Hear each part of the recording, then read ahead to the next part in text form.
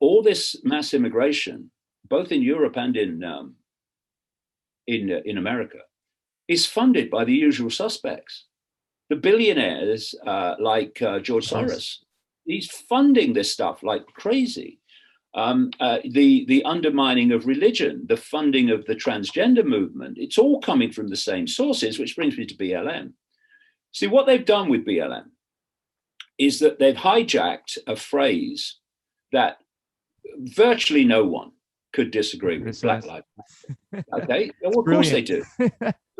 All lives matter, and you know it's a scam when all lives matter becomes racist, because all lives matter is all encompassing. Everyone deserves the same chance, the same treatment, the same respect.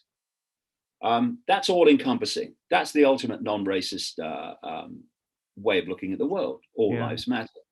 But to play devil's advocate, David, Black people are being persecuted more. White people are being attacked. And this is what you typically hear, which obviously I don't agree with. And it's taking away from the fact that we're all individuals. You know, why do we need to define ourselves based off of our color, our race? I mean, if someone suffers, we all suffer.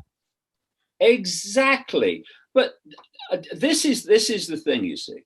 And I see this with this woke mentality. The woke mentality has been funded into existence by the same people, the billionaires. This is why Black Lives Matter has been funded to the tune of nearly $100 million by your Soroses and your big corporations. They don't give a damn about the people, Black people. But it's a vehicle to divide and rule society because they want a race war. I've been writing about this for years. They're manipulating a race war. And so what you do is you tell people they're downtrodden, and you make up statistics about police attacks on Black people and all that stuff. I'm not saying it doesn't happen, but the statistics are what people believe is absolutely fantastic compared with the truth. And so you then completely insult the Martin Luther Kings and the civil rights movement of the 60s. You insult those that fought apartheid in South Africa.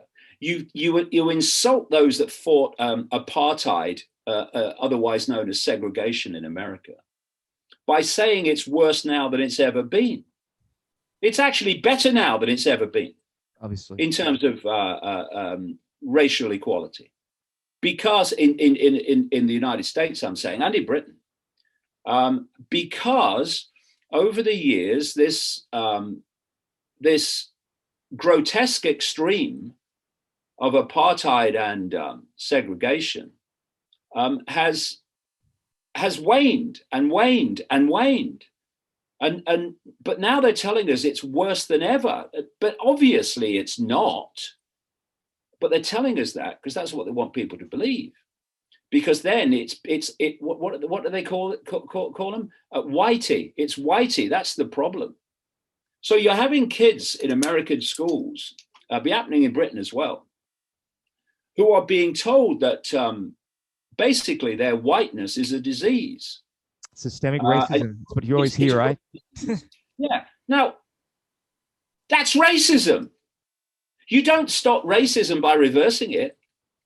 And so, you know, when you look at everything that this cult funds and manipulates, you'll always see the inversion. So you've got the woke mentality that claims to be anti-racist when it's fundamentally racist. You have the woke mentality that claims to want inclusivity when it excludes anyone that doesn't agree with it.